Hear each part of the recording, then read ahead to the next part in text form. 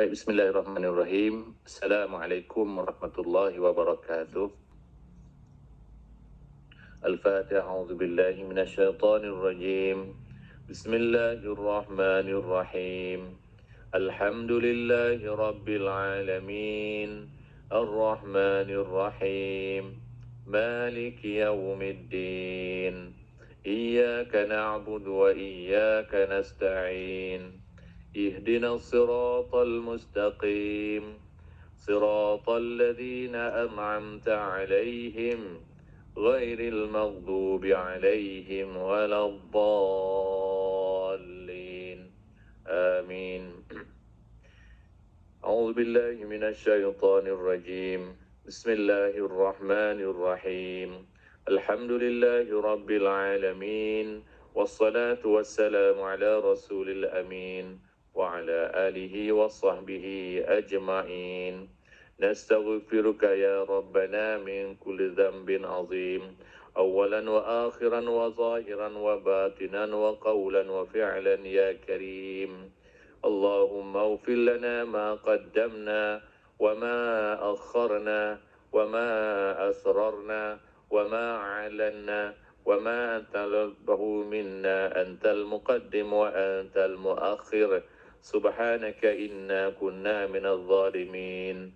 اللهم إنا نسألك رضاك والجنة ونعوذ بك من سخطك والنار. اللهم اجعلنا حجا مبرورا وسعيا مشكورا وذنبا مغفورا وعملا صالحا مقبولا وتجارة لن تبور. اللهم ya Allah ya Rahman ya Rahim. Pada malam penuh kemuliaan dan keberkatan ya Allah, kami sekali lagi kembali bergabung ya Allah, meneruskan kebaikan kami ini ya Allah, bahwa setiap malam kami harus membaca kalam-Mu ya Allah, bersahabat dengan kalam-Mu ya Allah, agar kami hidup dengan kalam-Mu ya Allah, agar kami mati juga dengan kalam-Mu ya Allah ya Arhamar Rahimin. Dengan keberkatan dan syafaat Al-Quran ini ya Allah, sinarilah hati sanubari kami ya Allah, untuk menerima segala petunjuk dan hidayah ke atas diri kami ya Allah, agar Engkau mempermudahkan urusan kami di dunia ini dan permudahkanlah urusan kami di akhirat nanti ya Allah. Ya Allah, sungguhnya hati-hati kami adalah tandus, hati-hati kami adalah dalam keadaan yang kemarau, dan siramilah dengan ayat-ayat suci ini seumpama hujan yang membasahi bumi ini ya Allah, kemudian tumbuh dengan suburnya ya Allah iman-iman dan taqwa kami kepadamu ya Allah. Ya Allah, pada saat waktu ini ramai sahabat-sahabat kami telah menuju ke tanah suci-Mu ya Allah, untuk menunaikan haji perintah-Mu juga ya Allah. Permudahkanlah segala urusan mereka, bantulah mereka, lancarkanlah segala urusan, beri kesihatan yang berpanjangan kepada mereka, agar mereka dapat menyempurnakan segala rukun dan syaratnya, dan terimalah mereka sebagai hamba-hamba-Mu yang taat kepada-Mu ya Allah, yang mereka ikhlaskan diri hadir kepadamu, menyahut panggilanmu. Labbaik Allahumma labbaik, labbaik la syarika lak, labbaik innal hamda wa ni'mata lak wal mulk la syarika lak. Allahumma ya Allah ya Rahman ya Rahim, pada malam ini juga kami memohon kepadamu ya Allah, agar Engkau memanggil seluruh umat-umat Islam seluruh dunia ini yang belum sampai kepadamu ya Allah, di kalangan adik-beradik kami ya Allah, di kalangan pakcik dan makcik kami ya Allah, di kalangan anak buah kami, ahli keluarga, sahabat-sahabat kami, saudara mara kami, agar mereka berminat untuk hadir kepadamu, mereka mampu menguruskan rezeki mereka dengan baik, mereka rasa terpanggil, berusaha dengan gigih, bekerja, membanting tulang semata-mata untuk hadir menjadi tetamu-Mu secara haji ataupun umrah ya Arhamar Rahimin. Rabbana 'alaika tawakkalna wa ilaika anabna wa ilaikal masir. ربنا افتح بيننا وبين قومنا بالحق وأنت خير الفاتحين. ربنا آتنا في الدنيا حسنة وفي الآخرة حسنة وقنا عذاب النار. وصلى الله على سيدنا محمد وعلى آله وصحبه وسلم والحمد لله رب العالمين. قبل الله منكم. وأذن في الناس بالحج يأتوك رجالا وعلى كل ضامر يأتين من كل فج أميق.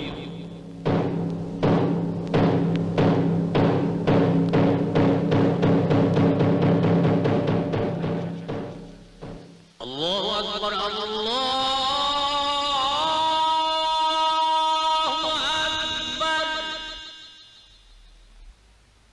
Firman Allah Subhanahu wa taala, serukanlah kepada manusia supaya mengerjakan haji. Nescaya datanglah mereka ke Baitullahil Haram. Ada yang berjalan kaki, ada yang menaiki kenderaan daripada negeri-negeri yang jauh. Seruan suci itu bergema di sanubari tiap-tiap 500 juta umat Islam di alam ini. Bagi mereka ini, seruan itu kini mendesak lebih-lebih lagi teringat sabda junjungan kita Nabi Muhammad SAW. Barang siapa yang memiliki bekalan dan kenderaan yang boleh menyampaikan dirinya ke Baitullahil Haram tetapi tidak pula mengerjakan haji, maka di atasnya itu akan dimatikan sama ada seperti kematian Yahudi atau Nasrani. Hajju qabla an tahijju. Tunaikanlah haji sebelum datang halangan melintangimu. Kepada mereka yang pergi ini kita berdoa, zawadakallahu taqwa wa ghafara zambaka wa wajjahaka lil khairi haitsu tawajjahta. Mudah-mudahan Allah membekalkan kamu takwa dan ia mengampuni dosa kamu dan ia mengurniakan kepada kamu segala kebaikan di mana-mana sahaja kamu pergi. Di pelabuhan Jeddah, kapal Kuala Lumpur adalah di antara lebih 100 buah kapal yang membawa bakal haji dari 7 lautan. Setengah daripada bakal haji itu sudah pun berpakaian ihram memasuki niat umrah dan haji di Yalamlam, iaitu mikat bagi mereka yang datang dari Laut Yaman dan Asia Tenggara. Puncak amalan haji, wukuf atau berhenti di Padang Arafah, padang mengenal Tuhan, tempat tumpuan lebih 1 juta umat manusia dari seluruh alam. Di sinilah tiada tuan, tiada hamba, tiada kaya, tiada miskin. Milik masing-masing hanya kain ihram dan amal ibadat di dada. Kemudian bermalam pula di Muzdalifah, tempat mengambil batu untuk melontar di Mina waktu subuh esok.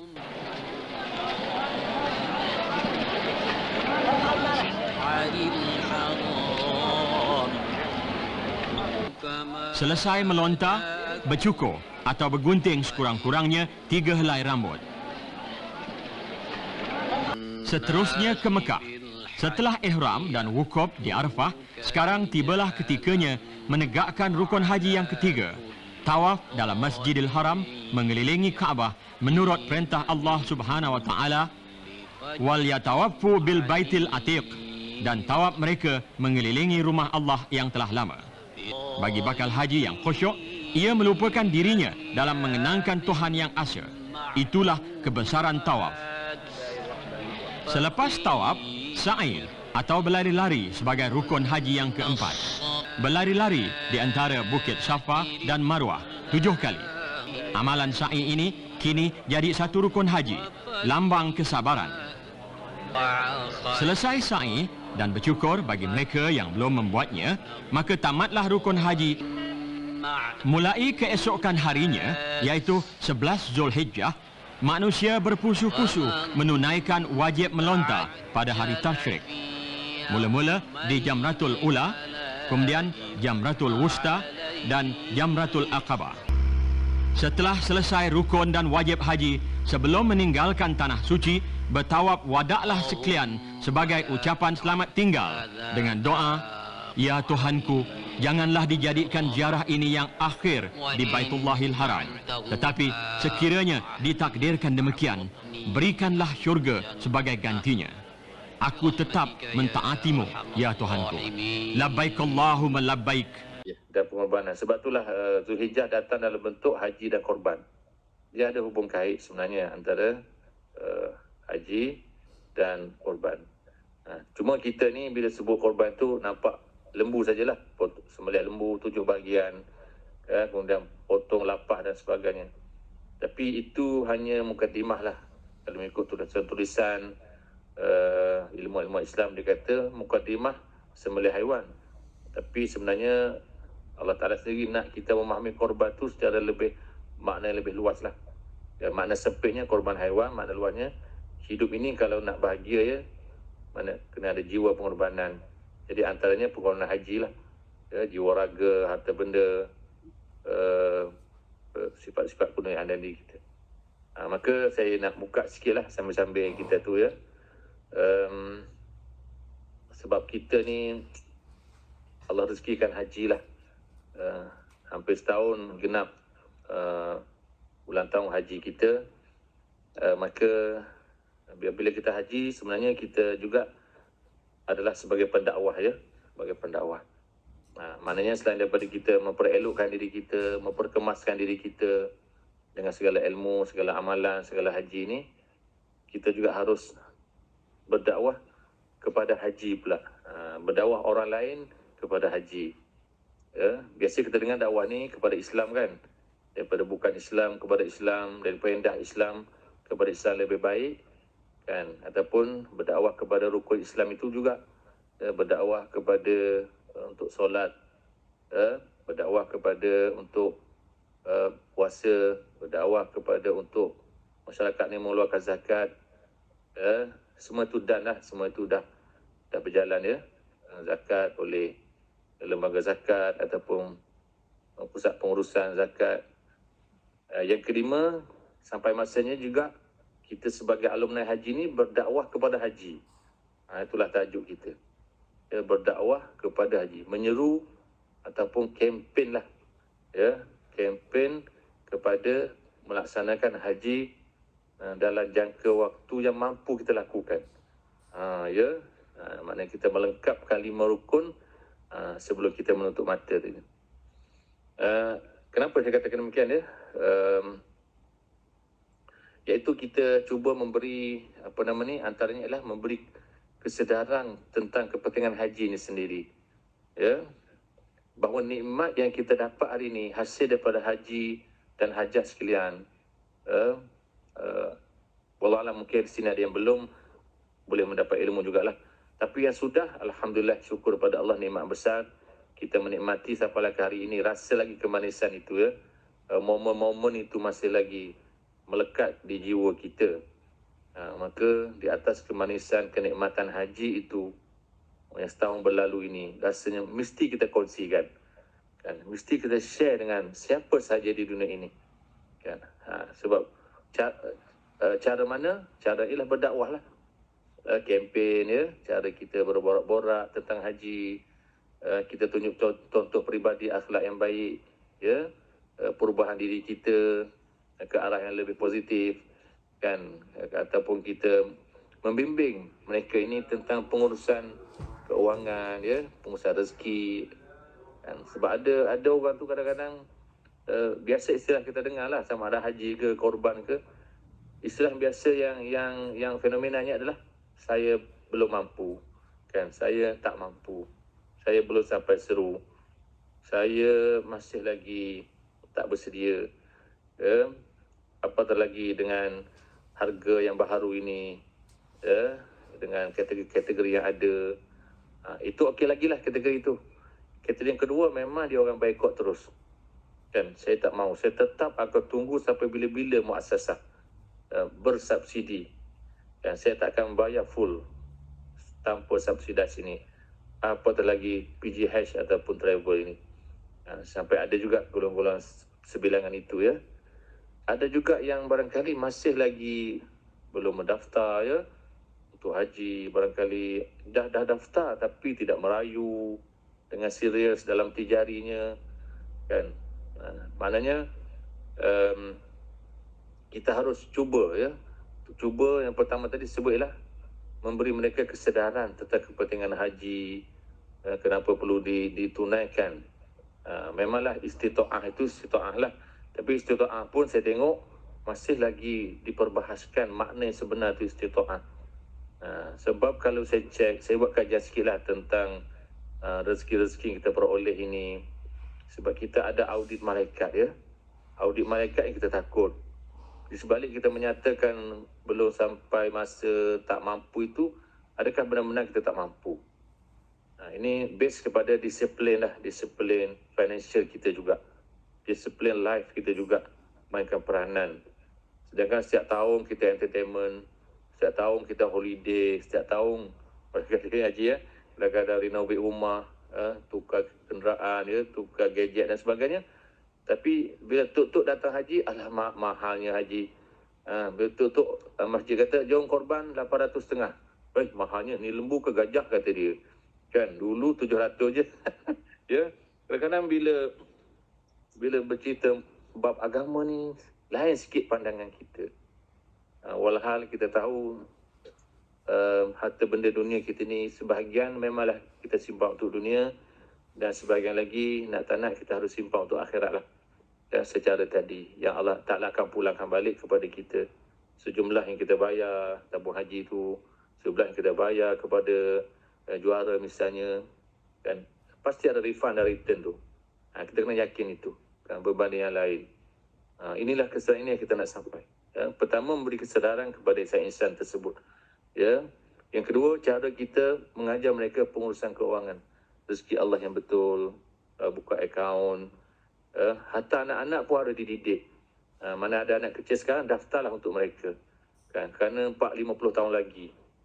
Andainya anak tadi kita daftar sekarang, tiba-tiba 45 tahun lagi dia dapat pergi mengerjakan haji, masa tu kita dah tak ada dah. Kita dah menjadi satu amal jariah yang besar kepada kita. Sebab anak tu kata, arwah ayah dululah ni yang daftar, nasib baik dia daftar. Kan?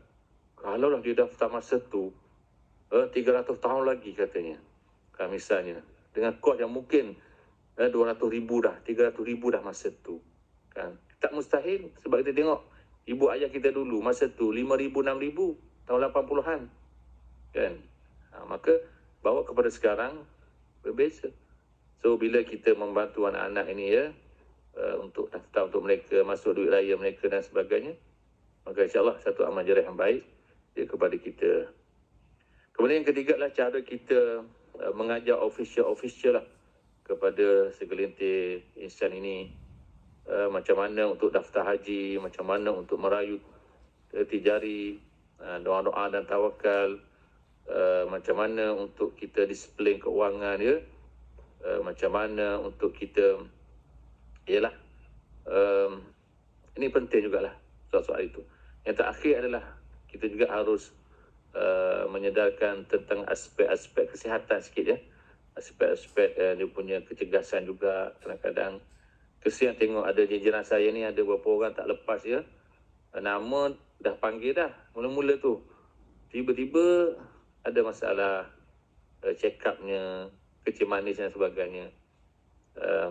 Jadi mereka sedikit sedih lah, kecewa kan bila tak dapat menjadi tetamu Allah ini. Sedangkan nama mereka dipanggil, bila buat cek kesihatan, lebih border tu agak banyak. Border diabetes tadi ada lebih agak besar sikit. Mereka tidak dapat menjadi tetamu Allah pada tahun ini. Tapi kita cool down kan lah. Maknanya kita cakap tak apa, kita dah usaha. Maknanya kita meninggal setahun ini pun, maknanya kita sudah ada jawapan kepada Allah. Kan? Kenapa kau tak pergi haji? Alah, kesihatan baik, bagus. Engkau ada alasan yang kukuh. Engkau dah ada sebab yang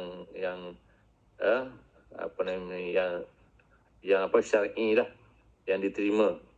Ini seorang lagi ni kenapa tak pergi?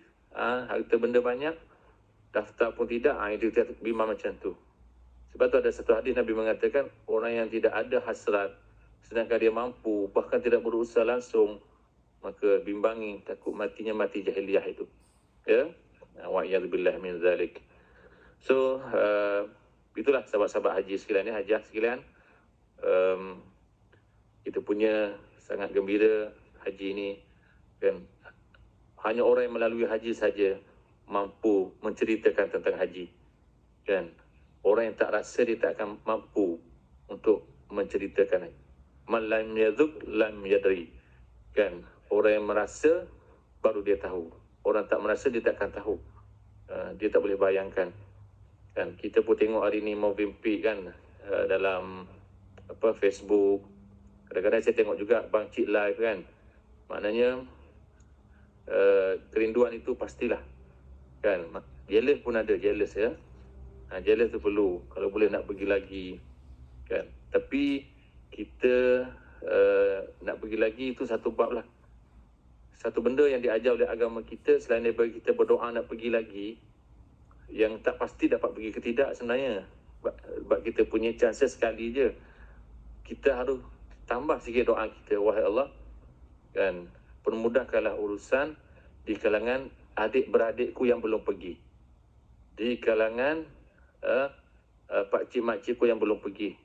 Di kalangan sahabat-sahabatku yang belum pergi, mudahkanlah urusan untuk mereka, berilah kesedaran kepada mereka, berilah kesungguhan kepada mereka untuk mendapat melaksanakan ibadah rukun kelima ini.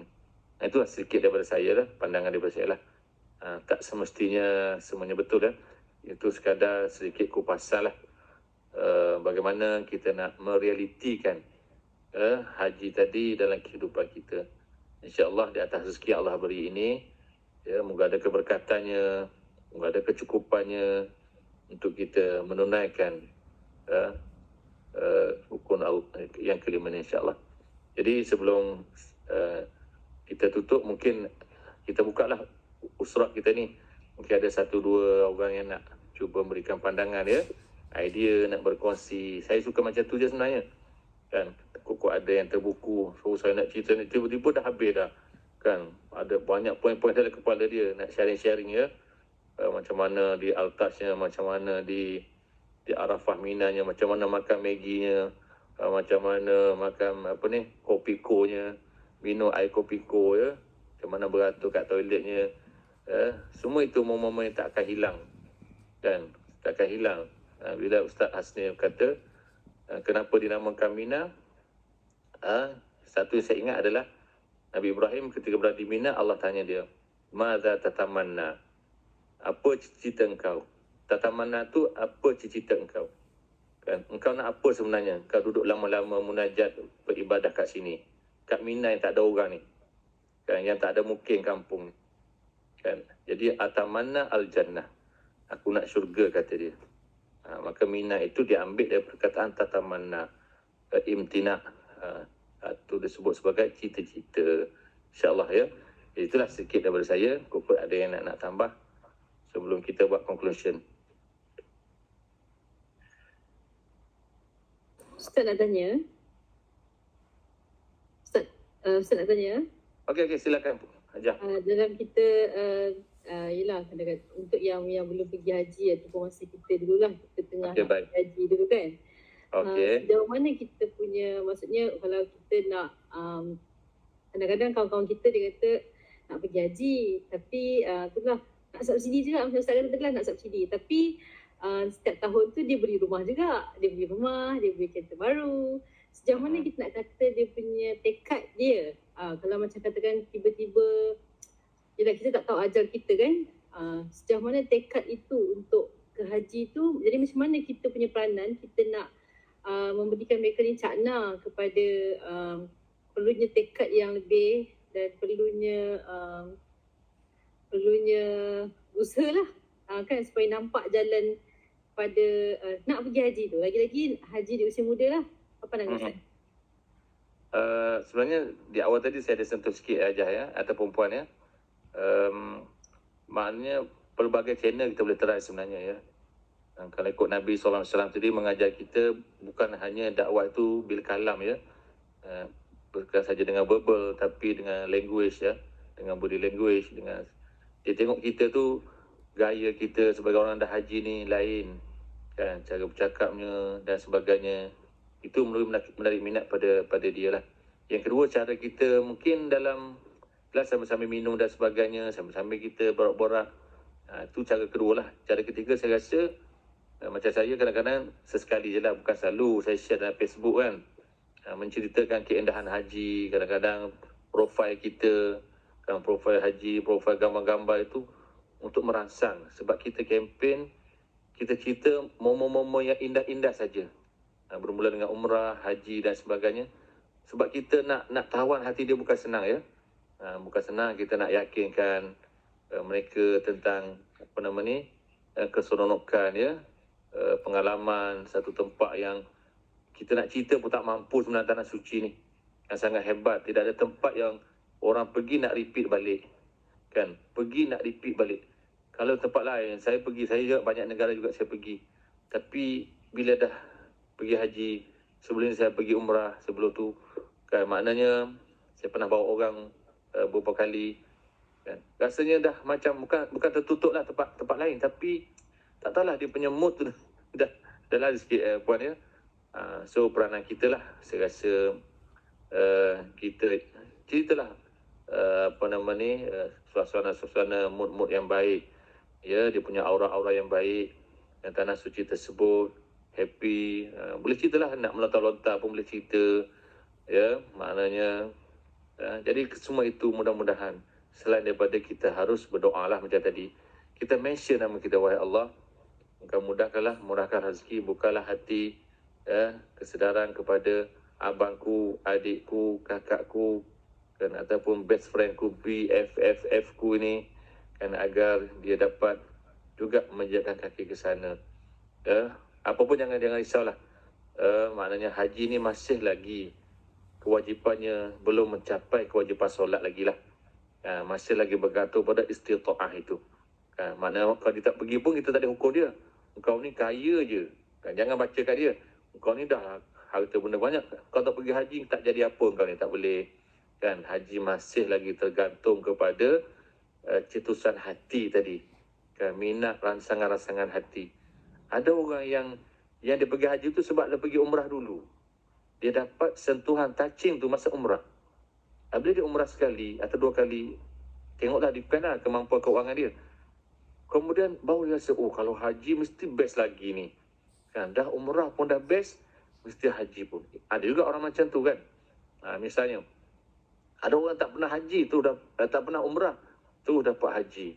Kan, ada juga kan bila tabung haji panggil. Kan, ada orang yang sebenarnya puan ya, pada saya lah, kita juga harus bersahabat ya, orang-orang yang baik-baik, orang-orang yang dalam pengajian ya. Okey, puan boleh try juga tempat pengajian muslimat ya, di Masjid Surau berdekatan. Di situ timbul minat kita. Kan, timbul seronok kita untuk melunaskan kewajipan ini dalam hidup kita. Ya, mudah-mudahan Allah Taala permudahkanlah pada rakan-rakan kita ya untuk menjejakkan kaki ke sana. InsyaAllah haji mabrur. Wallahualam. Assalamualaikum Ustaz. Yep. Saya ada satu soalan Ustaz, dah lama dah nak tanya. Okey Ustaz. Haji.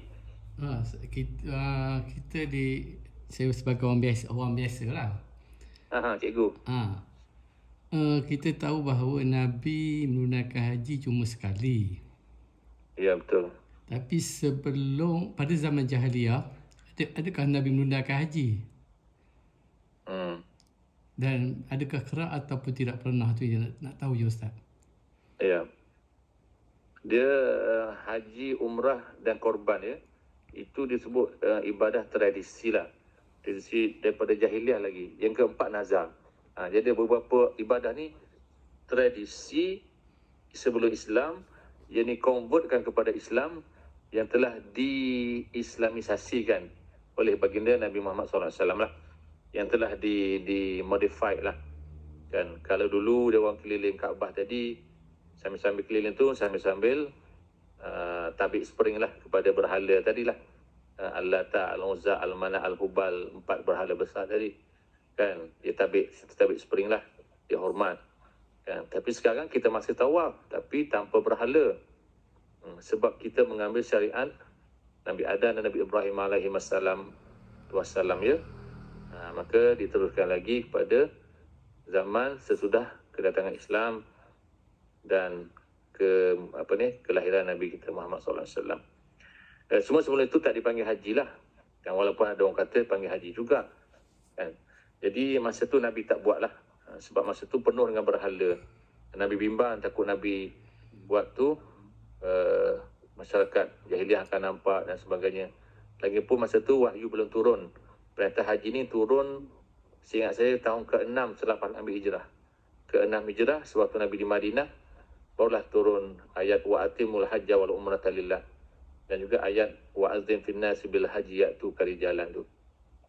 Tahun ke-6 semasa di Madinah itu bermulanya perintah haji. Itu pun Nabi tak dapat buat tahun ke-6. Tahun ke-7 pun tak dapat. Ya. Tahun ke-8 tak silap saya, barulah boleh bergerak ke Mekah ya untuk mengerjakan haji, tetapi tak dapat juga laksana, terpaksa berpatah balik hanya sampai di Hudaybiyah. kan. Masa itulah membayangkan Nabi sangat sedih ya, bila sampai di Hudaybiyah tersebut terpaksa berpatah balik akibat ada satu perjanjian dibuat, halangan-halangan yang ada di Mekah pada masa itu. Sedangkan sahabat telah pun berihram dan Nabi sini berihram di Bir Ali kan. Sehingga ada seorang dua jumpa Nabi yang macam dia emosi sikit lah. Kita penat-penat jalan jauh-jauh ni daripada Madinah kan. Dalam ihram pula ni, dalam pantang 13 lagi ni, perkara lagi ni, tiba-tiba nak kena balik ke kan. Kita terus je lah pergi Mekah. Jadi terpaksa Nabi memberi penerangan, mengajar kesabaran dan meminta semua membayar dam. Pada waktu itulah, bayangkan, tahun selepas itu barulah dapat dilaksanakan haji sepenuhnya. So Nabi SAW haji dia sekali sahaja, ya. Dan ada hadis tentang Nabi telah memberitahu dia buat haji sekali. Walaupun sahabat tanya, boleh tak buat haji lebih? Nabi tak jawab kan. Ditanya lagi, Rasulullah boleh tak nak buat lebih daripada sekali? Nabi diam lagi. Lalu tanya ketiga, Rasulullah bolehkah aku nak buat lagi? Nabi kata boleh, tapi aku tak nak buat, takut diwajibkan ke atas umatku dan dibimbangi menyukarkan umatku kan. Yang sekali ni pun tengok turn ni macam mana kan. Turn biasa tambah haji, turn furoda, turn mujamalah, turn dulu ikut Thailand zaman-zaman tok nenek kita dulu, kota Filipina, kota Indonesia, kapal laut, macam-macam jalan masuk kan. Sehingga dunia ni masa tu seolah sikit tak terkawal, apalagi sekarang. Maka insya-Allah yang sekali ini pun kita doakan yang terbaik lah, insya-Allah. Sebab tu pentingnya ilmu tu kan. InsyaAllah kita doakan semua umat Islam ni walaupun sekali. Jangan rasa terkilan, jangan rasa jadi ke tak jadi. Jadi insya-Allah kan. Rahmat Allah tu luas, jadi kan. Memang kita rasa nak repeat balik, macam nak touch up balik lah, macam nak adjust balik, adjustment. Tapi tak, insya-Allah kan. Allah pandang kita pergi tu pun dah Allah ampun dosa kita. Ya, Allah hargai pengorbanan, tinggal keluarga, tinggal harta benda kan. Berapa hari kita tinggalkan kerja kita. Ya, ada batuk-batuk pula, demam-demam, pergi klinik kat sana. Semua itu berbahaya ya, semua itu berbahaya. Macam Ustaz Hasnil tadi sebut masa sampai di Dana Atas, dia kata Allah Ta'ala telah beri kita pahala ibadah musafir. Ya, pahala ibadah musafir tu dah pahala ibadah. Padahal naik kapal terbang je dah dapat pahala dah kan. Tidur naik kapal terbang, kalau Saudi tu makan 4 kali kan. Maknanya dah dikit ibadah. Belum ibadah umrah wajib lagi tu kan. Kalau tamattuknya maknanya pergi tu pun, musafir tu pun pahala besar dah, menyahut panggilan Allah Subhanahu wa Ta'ala. Maka insya-Allah sekali pun dah memadailah dari sudut agama kita ya, insya-Allah.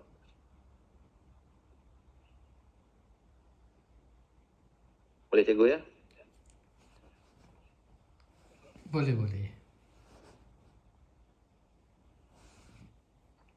Okey, kalau ada last sekali. Kalau tak ada, kita tutup lah. Nampak macam ngantuk. Haji dia tu lah. Sebab semua dah tera-tera ni. Saya pun cak ayam juga ni.